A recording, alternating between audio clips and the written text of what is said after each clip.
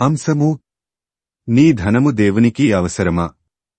వాక్యము మత్తయి సువార్త 6వ అధ్యాయము 21వ వచనము నీ ధనమెక్కడ నుండునో అక్కడనే నీ హృదయము ఉండును. ప్రభువునందు ప్రియులారా, నేటి వాక్యమును ధ్యానించుకుందాము. దేవుడు ఆరోగ్యం ఇస్తేనే కదా ఎవరైనా ఉద్యోగమో వ్యాపారమో చేసి డబ్బు సంపాదించుకోగలిగేది.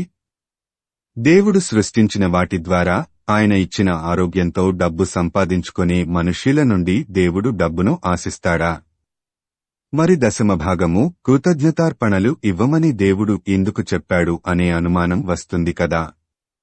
ఎవరైనా ఒక వ్యక్తి తాను కష్టపడి పనిచేసినందువల్ల వచ్చే డబ్బు తన ఒక్కడి కోసమే కాకుండా ఆ డబ్బుని తన కుటుంబంలోని ప్రతి ఒక్కరి కోసం ఖర్చు చేస్తాడు.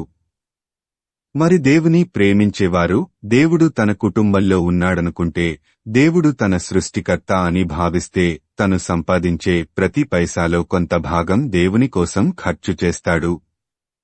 కాబట్టి మనం దేవుణ్ణి ప్రేమిస్తున్నామో లేదో మన కష్టార్జితంలో నుండి దేవునికి భాగం ఇవ్వటంలోనే తెలుస్తుంది.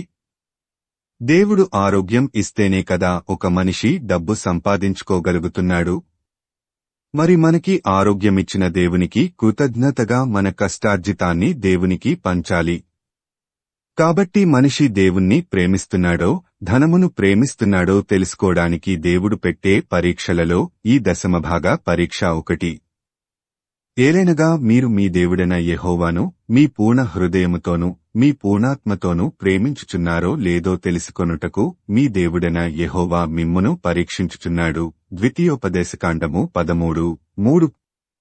ఈ లోకంలో సర్వసంపదలు సృష్టించిన దేవునికి డబ్బుతో అవసరమేమీ ఉండదు.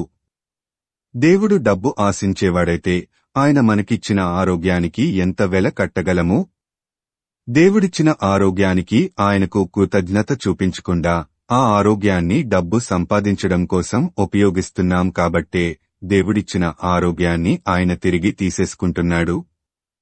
ఈ లోకంలో అత్యంత ధనవంతులైన వారు నయం కాని జబ్బులతో బాధపడుతూ తాము సంపాదించిన డబ్బుతో ఆ జబ్బుని పోగొట్టుకోలేక ఆ జబ్బు పోగొట్టుకోడానికి మళ్లీ దేవుని దగ్గరకే వస్తున్నారు కదా. అంటే దేవుడు తప్ప వారి జబ్బుని వారు సంపాదించుకున్న డబ్బు నయం చేయలేదని తెలుసుకోబట్టే కదా దేవుణ్ణి ఆశ్రయిస్తున్నారు. మరి ఆ జబ్బు రాకముందే దేవుని దగ్గరకు ఎందుకు రావడం లేదు? ఎందుకంటే వారు దేవుని కంటే డబ్బుని ఎక్కువగా ప్రేమిస్తారు కాబట్టి. డబ్బును ప్రేమించేవారు దేవుణ్ణి ప్రేమించలేరు. డబ్బును ప్రేమిస్తూ దేవునికి చందాలిచ్చేవారు దేవుణ్ణి ప్రేమించి ఇస్తున్నారా? డబ్బును ప్రేమించేవారు తమ డబ్బునిచ్చినంత మాత్రాన దేవుణ్ణి ప్రేమించినట్లా? దశము భాగము ఇస్తే ఆకాశ వాకిళ్లు విప్పి పట్టజాలనంత విస్తారముగా దీవెనలు కుమ్మరిస్తాడన్న ఆశతో ఇస్తున్నారేమో, లేదా తమ ఘనత కోసమో దేవుని దగ్గర్నుండి ఆశీర్వాదాలు ఆశించో ఇస్తున్నారేమో, లేదా దేవుడు ఏ కీడు రానియకుండా ఉండటం కోసం ఇస్తున్నారేమో అనుకోవాల్సి వస్తుంది. ధనవంతులు తమ డబ్బును దేవునికి ఇవ్వడం ద్వారా దేవుని ప్రేమను ఆయన మాత్రమే ఇవ్వగల ఆరోగ్యాన్ని కొనలేరు. దేవుణ్ణి హృదయపూర్వకంగా ప్రేమించడం ద్వారానే దేవుని ప్రేమను పొందగలము. ఒక పేద విధవరాలు 2 కాసులైన తన జీవనమంతయు దేవునికి ఇచ్చి ధనము విషయమై దేవుడు పెట్టిన పరీక్షలో నెగ్గింది. మరి మన సంగతేంటి?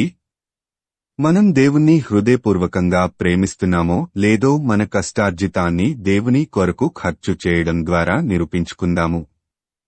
ప్రార్థించుకుందాము. ప్రభువా, మేము ఈ లోకంలో జీవించినంత కాలము ధనమును ఆశించకుండా, ధనమును ప్రేమించకుండా నీయందలి నమ్మికతో నీపై ఆధారపడేలా మాకు సహాయం చేయమని యేసయ్య నామమున అడుగుతున్నాము తండ్రి. ఆమేన్.